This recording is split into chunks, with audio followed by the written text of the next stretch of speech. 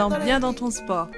Je suis Agnès, pharmacienne sportive et fondatrice du laboratoire Natillé.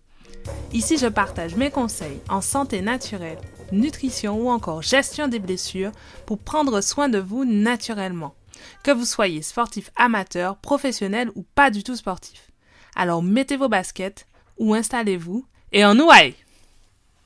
Coucou les amis! Bienvenue dans ce tout nouveau podcast. Donc je suis ravie de vous accueillir sur ce tout nouveau format et j'espère qu'il va vous plaire. Ça fait vraiment un moment que j'ai envie de développer un podcast.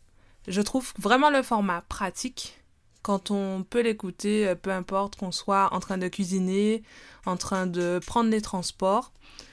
Personnellement, j'ai découvert le podcasting quand je me suis mise à la course à pied. Car je trouvais le fait d'écouter des chansons était un peu répétitif. Donc je me suis dit pourquoi pas tester le podcast parce que c'est un format qui est souvent un peu plus long et qui permet d'aborder des sujets différents, variés et sur plein de thématiques. Ça m'a permis de découvrir plein d'autres choses et de me rendre compte qu'il y avait plein de choses à dire. J'ai commencé à travailler sur ce projet et je suis ravie de vous le partager. Le sujet du jour, c'est le dopage. Comprendre le dopage, ne pas tomber dans le panneau et pouvoir en parler librement. Pourquoi j'ai choisi ce thème pour commencer cette série de podcasts ? Parce que pour moi, le dopage, c'est un sujet qui n'est pas très étudié. En tout cas, on n'en parle pas beaucoup, je trouve, ou pas assez. Souvent, on pense que le dopage, c'est réservé aux athlètes olympiques ou aux sportifs de haut niveau. Et en fait, moi, je pense que c'est pas réservé qu'aux sportifs de haut niveau et je vais vous en parler un peu plus tard dans ce podcast.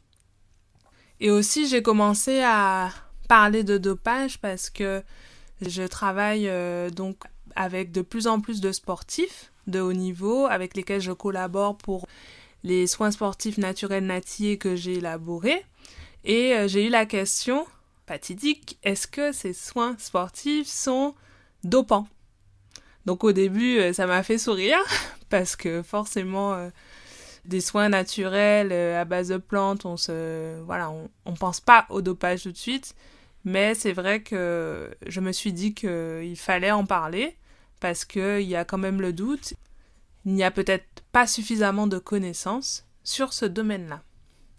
En fait, mon ressenti sur le dopage, il a longtemps été très obsolète. Mon image, c'était vraiment assez flou. C'était pour moi des faits divers sur le cyclisme, par exemple, avec des histoires un peu bizarres, où on voyait des sportifs qui arrivaient à faire des choses...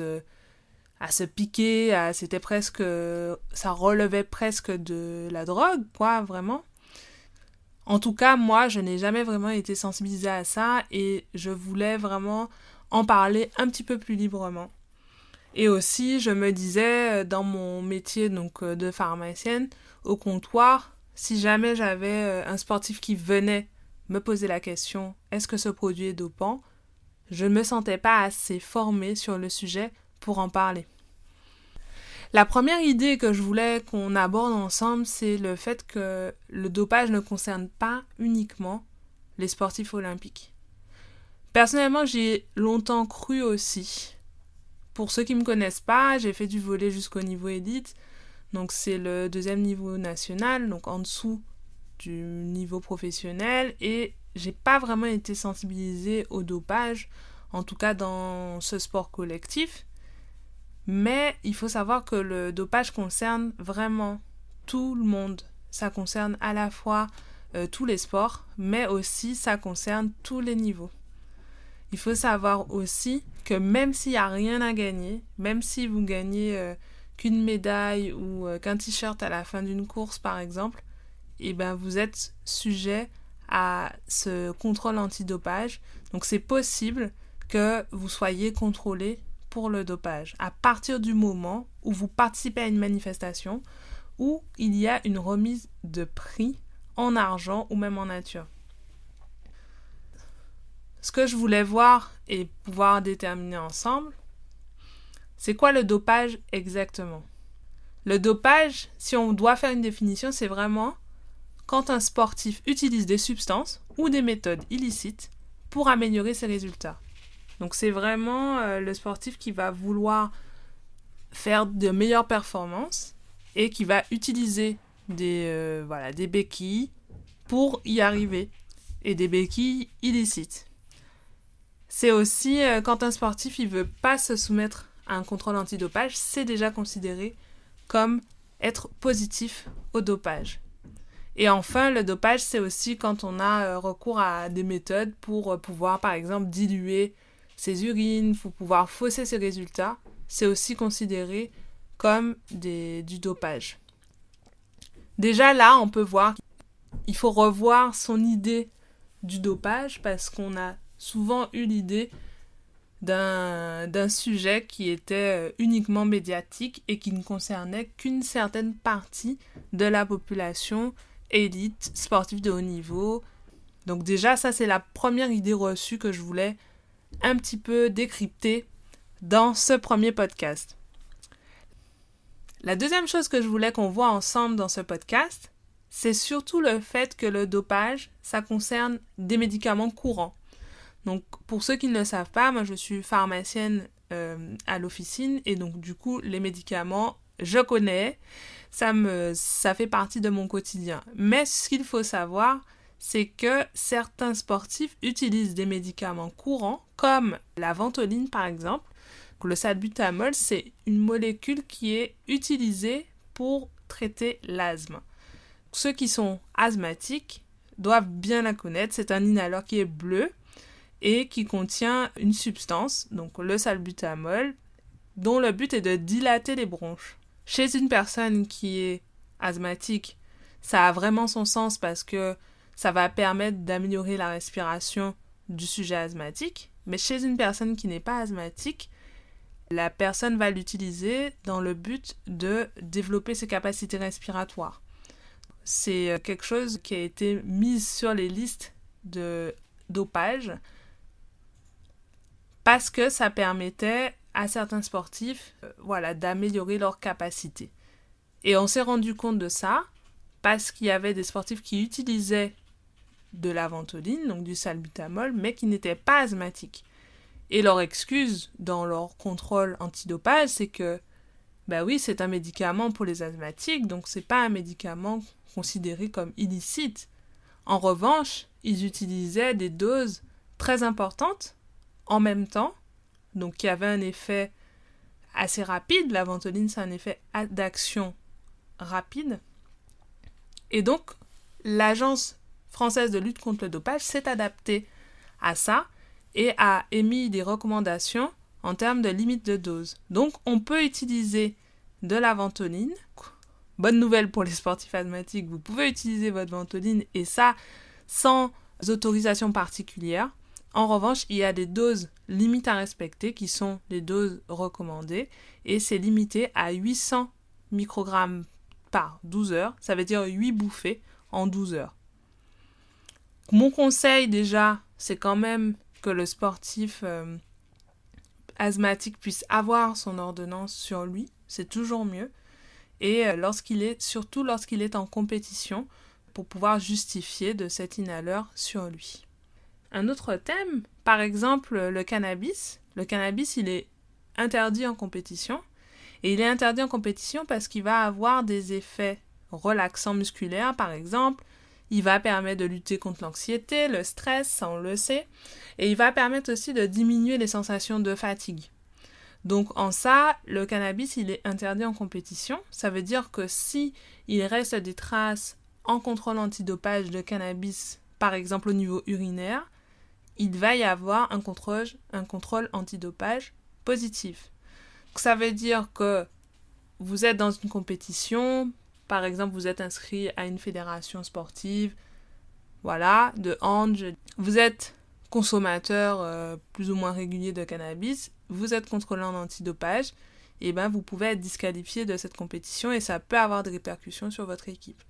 Il faut savoir que le cannabis, il peut y avoir, selon le type de consommation, selon le métabolisme un peu de chacun, ça va aller entre quelques jours, donc 3-4 jours, jusqu'à plusieurs dizaines de jours, d'avoir des traces de cannabis dans des urines. C'est assez long et c'est quelque chose qu'il faut savoir. Et donc, il faut savoir qu'on est tous un peu concernés par ce sujet-là. La troisième chose que je voulais qu'on aborde ensemble, c'est vraiment les compléments alimentaires. Parce que souvent, il y a une grande série de compléments alimentaires. Pourquoi ? Parce que les compléments alimentaires sont plus faciles à développer, plus rapides, ont un temps de développement plus rapide que des médicaments, bien sûr. On va retrouver vraiment de nombreuses marques sur le marché. Donc, au niveau des compléments alimentaires, il y a des marques qui sont spécifiques pour les sportifs. Ça peut aller de poudre de protéines à gélules pour la vitalité du sportif. Il y a vraiment de tout sur le marché. Et il y a aussi des laboratoires de compléments alimentaires qui ne sont pas spécifiques du sportif, mais qui vont pouvoir aussi proposer des produits pour le sportif. Alors, ce qui a été mis en place pour travailler sur ça, c'est des normes. Donc, il y a notamment une norme qui s'appelle Sport Protect, et ça a été créé par des personnes qui s'occupaient des centres d'appels téléphoniques à l'époque, dans les années 90, sur les sportifs et la thématique du dopage. Donc, ils avaient vraiment toutes les informations. Ils ont réussi à créer une sorte de base de données où on peut taper le nom d'un médicament ou d'un complément alimentaire et savoir s'il est autorisé ou non.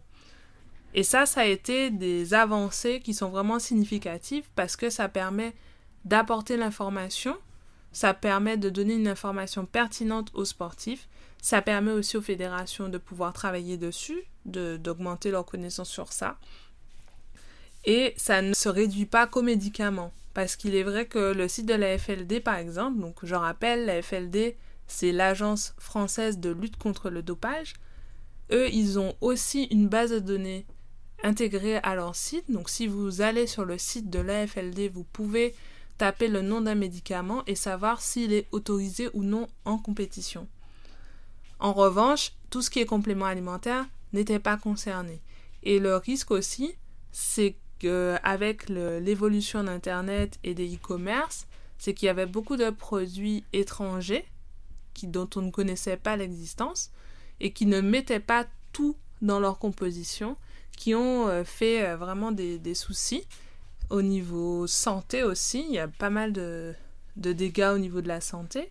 Et c'est pour ça que les fabricants de compléments alimentaires se sont regroupés pour faire des normes qui sont européennes, qui sont bien établies, et ils signent des chartes comme quoi ils travaillent dans certaines conditions, qui décrivent vraiment tout ce qu'il y a comme composition dans leur formule. Et ça, c'est très très important pour un sportif qui souhaite utiliser des compléments alimentaires, c'est de savoir vraiment d'où ils viennent, ce qu'il y a dedans, s'ils sont naturels, et même dans les substances naturelles, il peut y avoir des substances qui ne sont pas autorisées.